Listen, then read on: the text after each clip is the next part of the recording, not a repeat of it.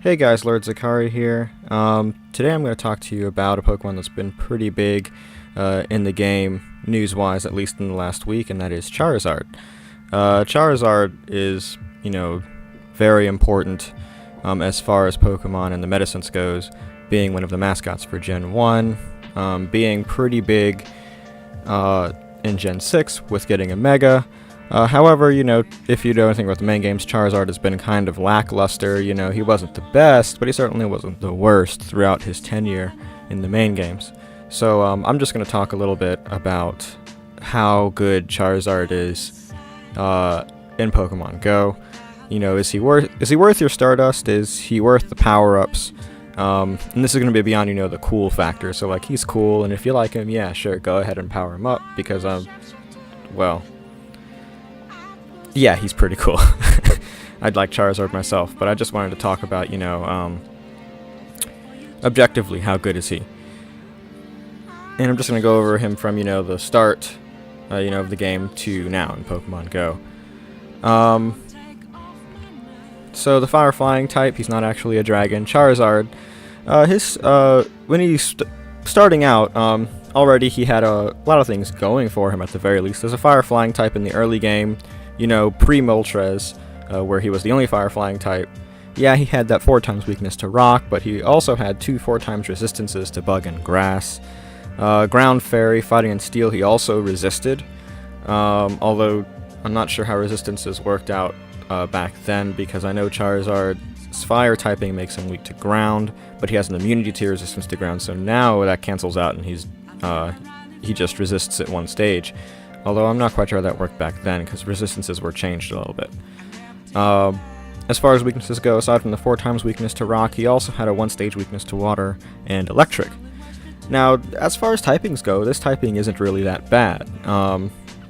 However, considering, the early meta, pre-Great CP rebalance in November, I think, of 2016, Charizard was just kind of middle of the road. He was above average, and if you had one, he performed pretty well.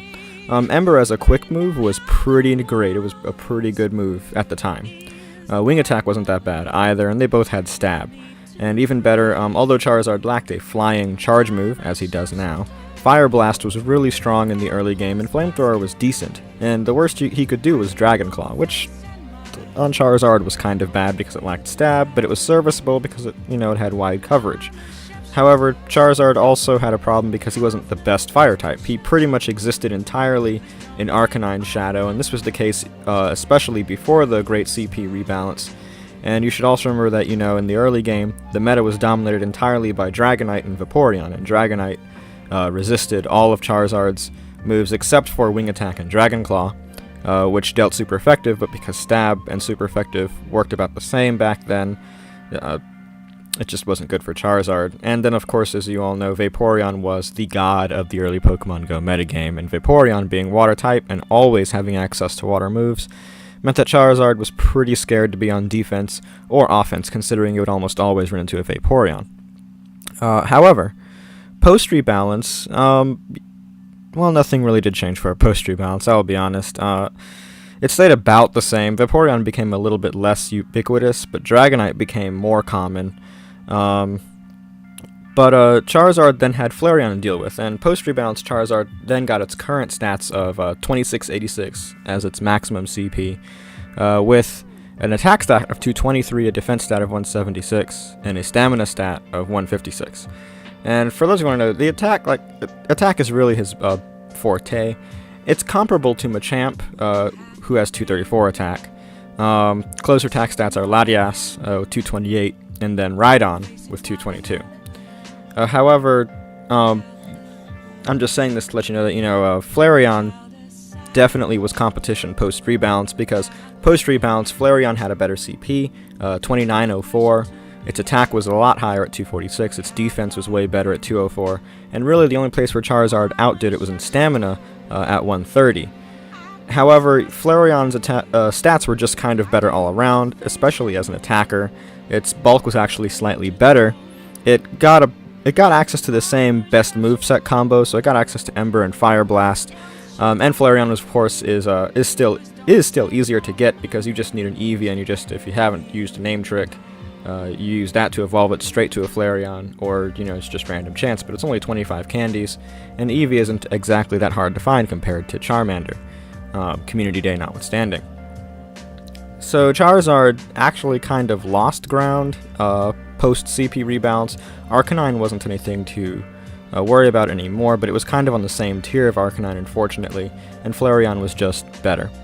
From early Gen 2 before raids, the only other significant fire type really was Typhlosion, and Typhlosion was just an inferior reskin of Charizard, so Charizard didn't exactly change that much aside from the fact that Arcanine really lost meta relevance starting with Gen 2. Arcanine was still good, and people who liked Arcanine could still use him, and he was definitely still serviceable.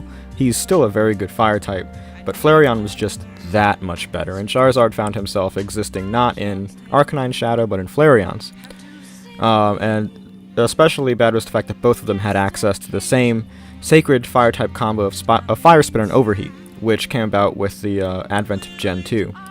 And unfortunately, this meant that Flareon just kind of was better, especially pre-raid, where CP really mattered. And Flareon's higher CP, it's partly because, its defense was higher than its stamina, and in the CP formula, stamina matters the least. This really just went into Flareon's favor. Flareon just straight up was better than Charizard, and there's not really much Charizard could do about it. Even though it got better moves, it switched out Ember for Fire Spin, Wing Attack for Air Slash, which were both, the hot new cheese of the meta at the time. Fire Spin is still definitely better than Ember, though. And it lost Flamethrower, but it gained Overheat to replace it. These were not bad move changes, but Flareon just was better. However, in the raiding era, well, things just got even worse. I'm sorry, guys. Because starting with raids, we got Moltres, which really was a better Flareon, and it got the same moveset. So, in the raiding era, Charizard not only existed in Flareon's shadow, but it existed in Moltres, and then later on Entei's shadow. And Charizard was just hopelessly behind at this point. Pretty much if you were using Charizard, you had already powered it up, or you powered it up now because you liked it and it was a fun pick as a fire type, that wasn't, the typical try-hard Flareon, Moltres, or Entei. It should be noted that even with, Wing Attack or Air Slash, Moltres with Fire Spin Overheat did do better than Charizard in Machamp raids. This is just to tell you, just how outclassed Charizard had become. However, now in the current, post Blast Burn release, Charizard does find himself in an interesting niche as an attacker, and this is despite the fact that Blast Burn was actually nerfed slightly before it was released. Blast Burn cleanly puts Charizard, at least on par with Flareon, if not ahead of it. Although I should note that, Flareon is still easier to get. In damage per second, in terms of how fast can I deal damage, Charizard is clearly ahead of Entei. Although Entei, being bulkier, is just better at damage over time. However, this new niche that Blast Burn gives Charizard, especially for the fact that, Charizard can output now a charge move 50 energy faster than, say, Moltres or Flareon, because the best charge moves they have are 1 bar, right? So they need 100 energy to use Overheat, which is really their only viable charge move. And Moltres does have Flamethrower. I think Flareon does too, but Flamethrower is just an inferior Blast Burn, so they really can only compare with Overheat. But, as I was saying before, Blast Burn's 2-bar nature definitely allows Charizard to use Blast Burn more frequently than Overheat. It gives Charizard a definite niche when compared to them. So, this gives Charizard a good place as a sweeper. It's a very effective sweeper. I think some calculations are showing it to be slightly more effective at gym sweeping than Moltres. At the very least, it's on par with Moltres as a gym sweeper. And in raids, it's what I like to call a closer. It's a Pokemon that, sits near the back of your lineup. It'll be in your lineup where you think, the raid will end, because it's at that time where, you want to use your charge moves, so that way you get more damage balls as fast as possible. Moltres and Flareon with 1 bars, they're not going to be able to use their charge moves as timely as Charizard will be able to. So Charizard can sit at the end and then just pretty much spam Blast Burn until the raid is over. Alternatively, you know, if you're in a position where Charizard, you know where Moltres or Flareon would, like, this is less frequently, but in a position where Flareon or Moltres would go down before they could use an Overheat, Charizard, of course, would be able to get a Blast Burn off. That's what a lot of people do bring up, but in most of the situations, you're just going to use Moltres or Flareon anyway. So, like, that's why I brought up, you know, being a closer as opposed to, you know, the overall viability of Blast Burn and how versatile it is compared to Overheat. So, to conclude, like what I was saying, and that may be a little confusing, Blast Burn Zard is more versatile than Overheat Flareon or Overheat Moltres, as well as Overheat Entei. But I'm talking about, you know, DPS choices here, and Entei isn't really a DPS choice when compared to the other three that I'm talking about. So, like, Charizard is more versatile, although Moltres and Flareon still have that, you know, raw power behind them. So, like, overall, Charizard he's kind of a second stringer. He isn't bad. Like, you know, he's a solid, you know, at the very least he's B+. I'd say he's an A- or even an A pick. Especially considering, you know, Moltres is like an S tier Pokemon, and that's kind of who he has to compete with. But Charizard's whole history has been pretty much, you know, living in another Pokemon's shadow. If it's not Arcanine, it's Flareon. If it's not Flareon, it's Moltres. And especially daunting as, you know, now it's Moltres. Moltres is the same typing, and for a while it pretty much had the same moves. So Charizard really was, for a while, just a straight-up downgrade to Moltres. Although now Charizard is probably more viable than ever. Like, initially, because there wasn't really a Pokemon that could fill his niche, Charizard enjoyed, you know, a meta relevance that he hasn't enjoyed since, but now he's stronger than he ever has been. So Charizard is definitely a viable pick. He's pretty much a budget Moltres with Overheat. With Blast Burn, he has viability and a versatility that Moltres and Flareon lack, although Moltres and Flareon still have that power advantage. So, like, you know, is Charizard with Blast Burn worth powering up? Definitely. Charizard's really cool. He should be powered up anyway, but with Blast Burn and Overheat, he's definitely a potent sweeper.